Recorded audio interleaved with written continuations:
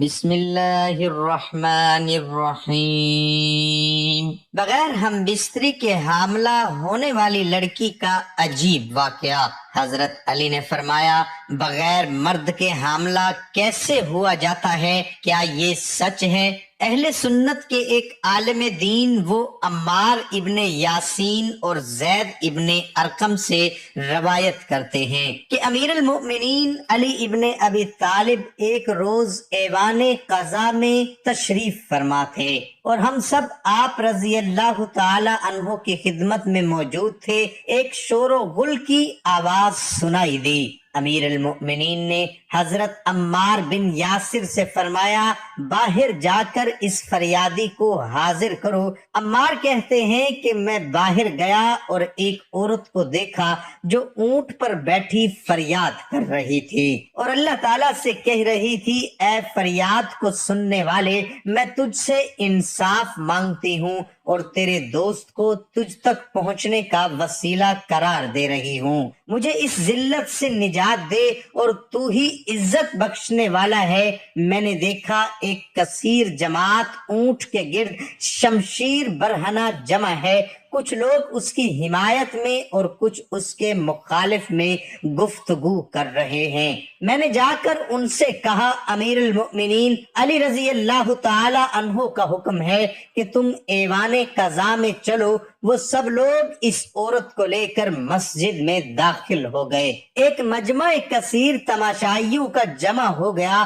امیر المؤمنین کھڑے ہو گئے، اللہ تعالیٰ اور اس کے رسول کی تعریف کے بعد فرمایا، بیان کرو کہ کیا واقعہ ہے، یہ عورت کیا کہتی ہے؟ مجمع میں سے ایک شخص نے کہا کہ یا امیر المؤمنین، اس قضیہ کا تعلق میرے ساتھ ہے۔ میں اس لڑکی کا باپ ہوں۔ عرب کے نامی گرامیوں عزیز و مطنول مجھ سے اس کی خوش خواستگاری کرتے تھے، مگر اس نے مجھے ذلیل کر دیا ہے۔ امیر المؤمنین نے لڑکی کی طرف رخ کیا اور فرمایا کہ جو کچھ تیرا باپ کہتا ہے کیا یہ سچ ہے؟ لڑکی روئی اور چلائی، اللہ تعالیٰ کی قسم میں اپنے باپ کی بے عزت کا باعث نہیں ہوں۔ بوڑھا باپ آگے بڑھا اور بولا، یہ لڑکی غلط کہتی ہے، یہ بے شوہر قانونی کے حاملہ ہے۔ امیر المؤمنین لڑکی کی طرف متوجہ ہوئے اور فرمایا کہ کیا تو حاملہ نہیں ہے؟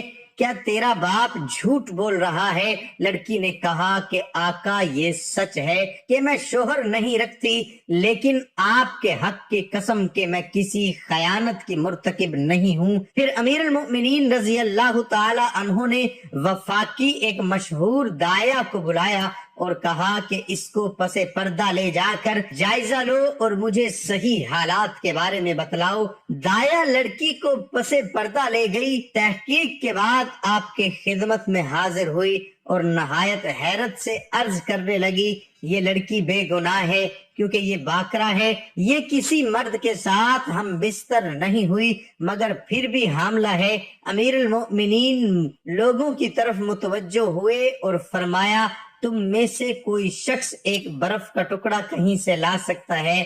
لڑکی کے باپ نے کہا کہ ہمارے شہر میں اس زمانے میں بھی برف بکثرت ملتی ہے مگر اس قدر جلدی وہاں سے نہیں آ سکتا۔ امیر المؤمنین نے بطریق اعجاز ہاتھ بڑھایا، برف ہاتھ میں تھی۔ پھر داعیہ سے فرمایا کہ لڑکی کو مسجد سے باہر لے جاؤ اور ظرف میں برف رکھ کر لڑکی کو برہنہ اس پر بٹھا دو اور جو کچھ خارج ہو اس کے بارے میں ہمیں بتاؤ۔ وہ داعیہ لڑکی کو تنہائی میں لے گئی، برف پر بٹھایا گیا۔ تھوڑی دیر کے بعد ایک سانپ خارج ہوا۔ داعیہ نے لے جا کر امیر المؤمنین کو دکھایا۔ لوگوں نے جب دیکھا تو بہت حیران ہوئے۔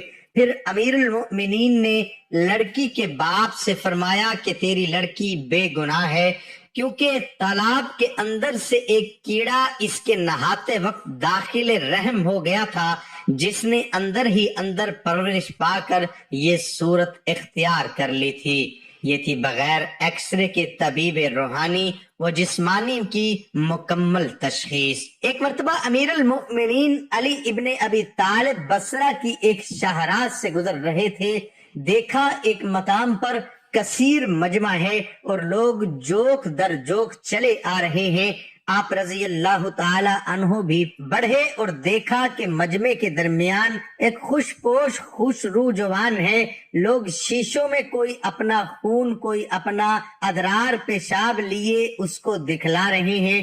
وہ ہر ایک کو اس کی مرض کے مطابق دوا تجویز کر رہا ہے. لوگوں سے معلوم ہوا کہ یہ بڑا مشہور و معروف حاذق طبیب ہے. امیر المؤمنین آگے بڑھے، سلام کیا اور فرمایا کیا درد گناہ کی بھی کوئی دوا آپ کے پاس ہے؟ طبیب بغور دیکھ کر بولا گناہ بھی کوئی درد یا بیماری ہے؟ امیر المؤمنین نے فرمایا ہاں، گناہ بڑی مہلک ترین بیماری ہے. طبیب تا دیر سر جھکائے سوچتا رہا. بات تامل کہا اگر گناہ بیماری ہے تو کیا کوئی اس کا علاج آپ کے پاس ہے؟ امیر المؤمنین نے فرمایا بے شک میں گناہ کا علاج جانتا ہوں اور درد کی دوا رکھتا ہوں. طبیب نے کہا ذرا میں بھی سنوں کہ اس کی کیا دوا ہے اور کون سا نسخہ ہے جس کے ذریعے آپ اس کا علاج کرتے ہیں. امیر المؤمنین نے طبیب سے فرمایا اچھا اٹھو اور آؤ ذرا میرے ہمراہ باغ ایمان میں چلو. وہاں پہنچ کر نیت کے درخت کے کچھ ریشے اور توبہ کا پچھلا حصہ لو.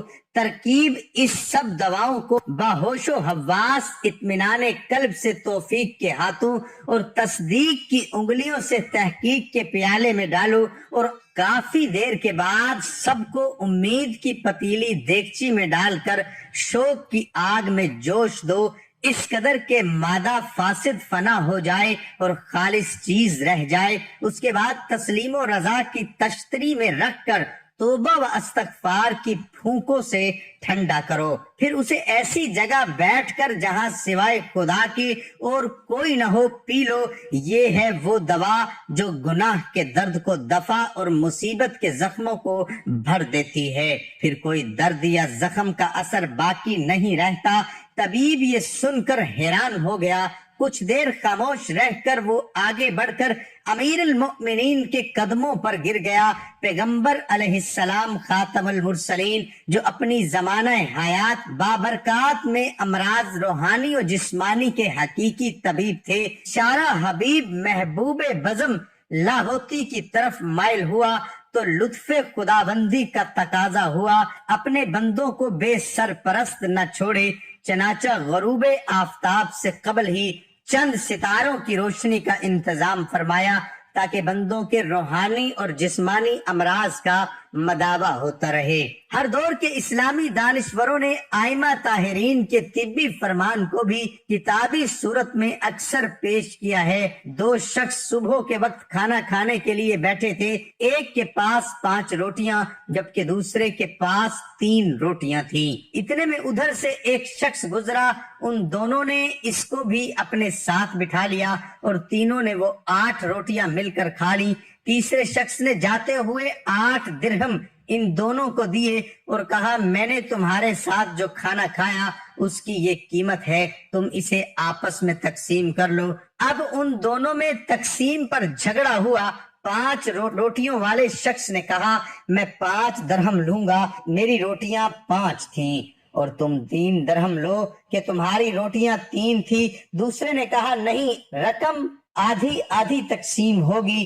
دونوں یہ معاملہ لے کر حضرت علی رضی اللہ عنہ کی خدمت میں حاضر ہوئے. آپ نے مشورہ دیتے ہوئے 3 روٹی والے شخص سے فرمایا تمہارا ساتھی جو تمہیں دے رہا ہے اسے قبول کر لو کیونکہ اس کی روٹیاں زیادہ تھی. وہ کہنے لگا میں صرف انصاف والی بات کو قبول کروں گا. آپ نے فرمایا انصاف یہی ہے کہ تم 1 درہم لو اور تمہارا ساتھی 7 درہم لے. اس نے حیرت سے کہا میرے ساتھی نے مجھے 3 درہم دینے چاہے لیکن میں راضی نہیں ہوا. آپ نے یہی مشورہ دیا مگر میں نے قبول نہیں کیا، اور اب آپ یہ فرما رہے ہیں کہ انصاف کے طریقے پر میرا حق 1 درہم بنتا ہے. آپ مجھے سمجھائیے کہ میرا حق 1 درہم کیسے ہے، پھر میں 1 درہم قبول کر لوں گا. آپ رضی اللہ عنہ نے فرمایا 8 روٹیوں کی 24 حصے تم 3 آدمیوں نے کھائے. یہ پتہ نہیں کہ کس نے کم کھایا اور کس نے زیادہ کھایا، اس لیے یہ سمجھ لو کہ سب نے برابر برابر کھایا ہے، یعنی ہر ایک نے 8 حصے کھائے. تم نے اپنی روٹیوں کے 9 حصوں میں سے 8 حصے کھا لیے، تمہارا 1 حصہ باقی رہا، اور تمہارے ساتھی نے اپنی 5 روٹیوں کے 15 حصوں میں سے 8 حصے کھائے، اس کے 7 حصے باقی رہے. تیسرے شخص نے تمہاری روٹیوں میں سے 1 حصہ کھایا اور تمہارے ساتھی کے 7 حصے کھائے. اب انصاف کے مطابق تم کو 1 درہم اور تمہارے ساتھی کو 7 درہم ملیں گے. تفصیل سننے کے بعد اس جھگڑنے والے شخص کو 1 درہم لینا پڑا. اللہ پاک ہمیں اہل بیت کے نقش قدم پر چلنے کی توفیق عطا فرمائے اور ہمیں نیکوکاروں میں شامل کرے. آمین.